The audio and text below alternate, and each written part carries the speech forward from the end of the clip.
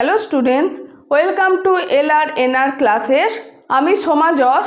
আজকে আমি তোমাদের ক্লাস 3 যে বাংলা বই রয়েছে সেই বাংলা বইয়েরই শেষের দিকে তোমাদের বাংলা ব্যাকরণেরও চ্যাপ্টার রয়েছে, সেই ব্যাকরণেরই দ্বিতীয় চ্যাপ্টার নিয়ে আজকে তোমাদের সাথে আলোচনা করব। তো তোমাদের এই যে বাংলা ব্যাকরণ, এই বাংলা ব্যাকরণের দ্বিতীয় যে চ্যাপ্টারটা, যেটা আমাদের আজকে আলোচ্য বিষয়, সেই চ্যাপ্টারটার কি নাম হচ্ছে বাক্যের কথা। তো আমরা প্রথম চ্যাপ্টারে কিন্তু ভাষার কথা জেনেছি, এবার এসছি আমরা বাক্যতে। তাহলে ভাষার কথায় যা যা জেনেছিলাম, মানে মুখে উচ্চারিত হিসেবে হয় ভাষা, ঠিক বাক্যের কথা কি এবার আমরা সেগুলো জেনে নেব। তো দ্বিতীয় চ্যাপ্টার যে বাক্যের কথা, সেখানে কি বাক্য কি আগে আমাদের সেটা জানতে হবে। বাক্য হচ্ছে কয়েকটি অর্থপূর্ণ শব্দকে পরস্পর যুক্ত করে একটা বাক্য তৈরি হয়। যেমন ধরো, আমি ভাত খাই বা আমি রোজ স্কুলে যাই। এগুলো দেখো, পরস্পর যে শব্দগুলো বসানো হয়েছে সবটাই কিন্তু একটা অর্থপূর্ণ, মানে সবটারই একটা নিজস্ব মানে আছে। আমি যদি বলতাম যে আমি স্কুলে রোজ যাই, এটা কিন্তু পরস্পর ঠিক সাজানো হচ্ছে না। আমি রোজ বা প্রতিদিন স্কুলে যাই, তার মানে কি আমি একদিনও স্কুল কামাই করি না। এইরকম একটা পরস্পর অর্থযুক্ত শব্দ, সেই শব্দগুলোকে পরস্পর যে বসানো হচ্ছে সেইগুলো দিয়েই তৈরি হচ্ছে বাক্য। তাহলে পরস্পর অর্থযুক্ত যে শব্দ সেইগুলো দিয়ে তৈরি হচ্ছে কি বাক্য। যেমন ধরো, তোমরা একটা পাড়াতে বাস করো, একটা গ্রাম। সেই গ্রামটা কি নিয়ে গঠিত হয়? একটা পাড়া। সেই পাড়ার মধ্যে যে পাড়াটা আমরা বলি, সেই পাড়াটায় কি থাকে বা পাড়াটা কি নিয়ে গঠিত? বাড়ি। কয়েকটি বাড়ি নিয়ে বা কয়েকশো বাড়ি নিয়ে একটা পাড়া তৈরি হয়। সেই পাড়াটার মধ্যে বা যে বাড়িগুলো রয়েছে, সেই বাড়িটা কি নিয়ে তৈরি হয়েছে? বাড়িটা তৈরি হয়েছে ছোট ছোট কয়েকটি ঘর বা বড় বড় কয়েকটি ঘর নিয়ে। তাহলে এখানে বাক্য কোনটা?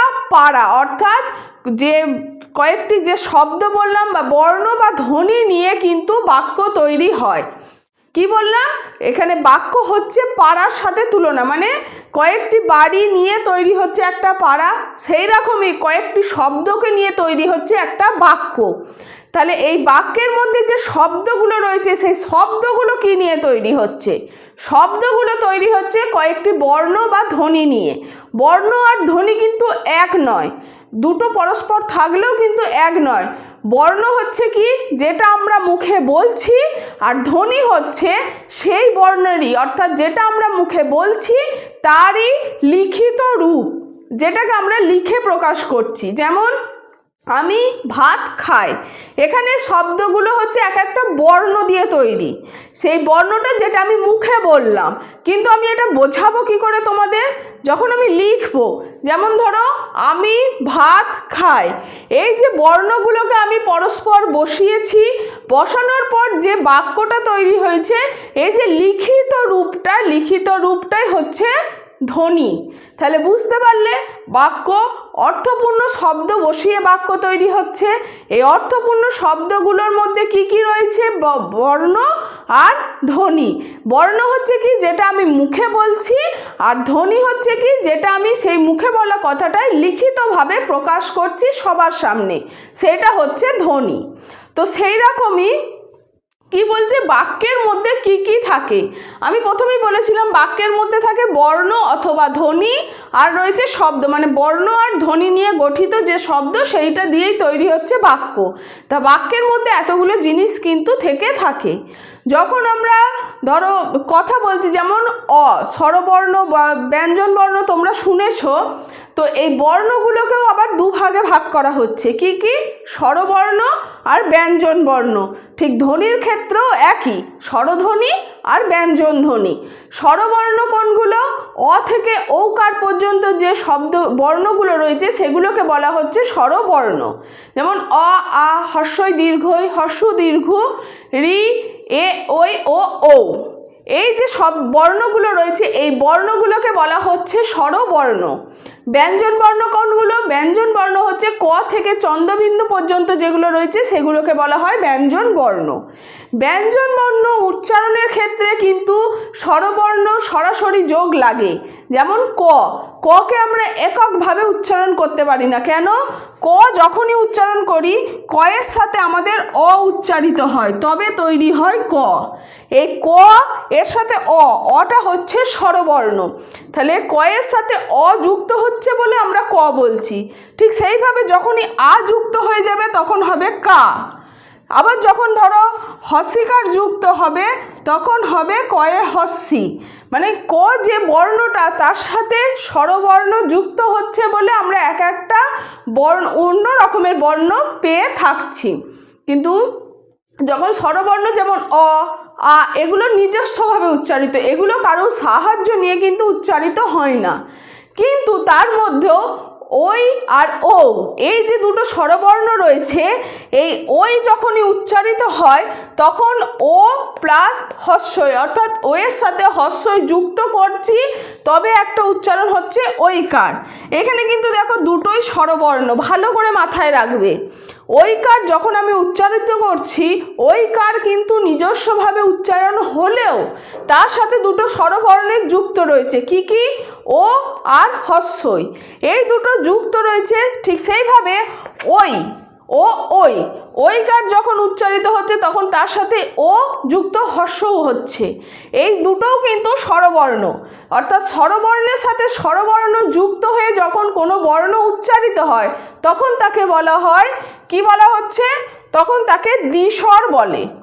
অর্থাৎ দুটো স্বরবর্ণ, দ্বিস্বর মানে কি? দুটো স্বরবর্ণ একসাথে উচ্চারিত হচ্ছে। এটা কিন্তু তোমরা খুব ভালো করে মনে রাখবে, কেননা পরীক্ষায় প্রশ্ন এলে এগুলো ভুল হয়ে যাওয়ার সম্ভাবনা থাকে। যতই বাংলা ব্যাকরণ তো খুব ভালো করে মন দিয়ে পড়বে, দেখবে ঠিক বুঝতে পারবে। ঠিক কি বললাম তাহলে?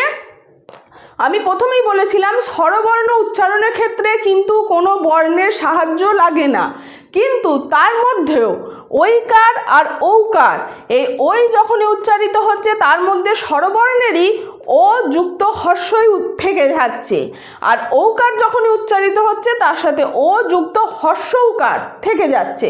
দুটো স্বরবর্ণ, কিন্তু এদের সাথেও আবার স্বরবর্ণই যুক্ত হচ্ছে, এখানে কিন্তু ব্যঞ্জন বর্ণ যুক্ত হচ্ছে না। তো সেইভাবে স্বরবর্ণই যেহেতু যুক্ত হচ্ছে তাই এদেরকে কি বলা হয়ে থাকছে? দ্বিস্বর বলা হয়ে থাকে। তাহলে বাক্যের মধ্যে যা যা রয়েছে বললাম, কি কি রয়েছে? স্বরবর্ণ আর ব্যঞ্জন বর্ণ। এই ব্যঞ্জন বর্ণ স্বরবর্ণকে যুক্ত করে কয়েকটি অর্থপূর্ণ শব্দ দিয়ে কিন্তু একটা বাক্য তৈরি হয়ে থাকে। তাহলে আর কি বলা হচ্ছে? ধ্বনি বা বর্ণ কত প্রকার ও কি কি? কি ধ্বনি বা বর্ণ কি? স্বরবর্ণ বা স্বরধ্বনি, আর ব্যঞ্জন বর্ণ বা ব্যঞ্জন ধ্বনি। মানে ধ্বনির ক্ষেত্রে ধ্বনিও দু প্রকার, ব্যঞ্জন ধ্বনি আর স্বরধ্বনি, আর বর্ণের ক্ষেত্রে স্বরবর্ণ আর ব্যঞ্জন বর্ণ। দুটো একই, বর্ণ আর ধ্বনি দুটো পরস্পর আলাদা আলাদা লিখতে হবে, এটাই যা। কিন্তু মনে রাখবে দু প্রকার, কি কি? স্বরবর্ণ আর ব্যঞ্জন বর্ণ বর্ণের ক্ষেত্রে, আর ধ্বনির ক্ষেত্রে হচ্ছে স্বরধ্বনি আর ব্যঞ্জন ধ্বনি। তো এই যে বাক্যটা, এই বাক্যের মধ্যে কিন্তু সবসময় অর্থপূর্ণ শব্দই কিন্তু বসবে, অর্থযুক্ত শব্দ ছাড়া কিন্তু বাক্য তৈরি হয় না। তো আমরা এরকম বহু বাক্য দিনে অনেকবার বলে থাকি, যখনই কোনো মানুষের সাথে কথোপকথন হয়ে থাকে আমরা এরকম এক একটা বাক্যই কিন্তু ব্যবহার করি। এটা ভেবে দেখবে যে সারাদিনে আমরা যে কথা বলছি সেই কথাগুলো যখনই বলি না কেন আমরা কি বাক্যটা ঠিকঠাক বলছি, অর্থপূর্ণ বলছি, তবেই কিন্তু মানুষের মুখের ভাষা সঠিক হবে। অর্থাৎ বাক্য যদি অর্থপূর্ণ শব্দ যুক্ত করে তৈরি হয় তবেই কিন্তু মুখের ভাষা বা মুখ থেকে বলা যে কথাটা, সেই কথাটা অর্থপূর্ণ হবে এবং সেটা কিন্তু সঠিকভাবে প্রয়োগ হবে। ভুল বললে বা অর্থ ছাড়া বললে তোমার কথার কিন্তু মানেটা অন্যরকম, বা ভুল কথা তুমি বলতে শুরু করবে বা ভুল শিক্ষা তুমি পেতে থাকবে। তাই যখনই কোনো বাক্য আমরা কাউকে কিছু বলার জন্য কোনো বাক্য আমরা ব্যবহার করব তখন অবশ্যই আমরা মাথায় রাখবো কি, যে বাক্যটার মধ্যে যে শব্দগুলো রয়েছে সেগুলো যেন অর্থপূর্ণ যুক্ত শব্দ হয়, তবেই কিন্তু বাক্যটা হবে সঠিক, আর তা নাহলে বাক্যটা কিন্তু ভুল হিসেবে বিবেচিত হবে। তো এইখানেই আজকে আমি বাক্যের কথা শেষ করলাম। এই বাক্যের কথা থেকে যদি কোনো রকম কোনো সমস্যা থেকে থাকে বা কিছু যদি তোমাদের প্রশ্ন থেকে থাকে, তোমরা অবশ্যই সেগুলো কমেন্ট বক্সে আমাকে জানিও। আমি চেষ্টা করব সেগুলোর উত্তর তোমাদের কাছে পৌঁছে দেওয়ার। এই বাক্যের কথা থেকে যে কোনো রকম এমসিকিউ নোটস, বড় নোটস পেতে হলে বা আদার্স যে কোনো চ্যাপ্টার থেকে এমসিকিউ নোটস, বড় নোটস পেতে হলে আমাদের যে ওয়েবসাইট www.lrnr.in এই ওয়েবসাইটে ভিজিট করো এবং সমস্ত কিছু দেখে নিও।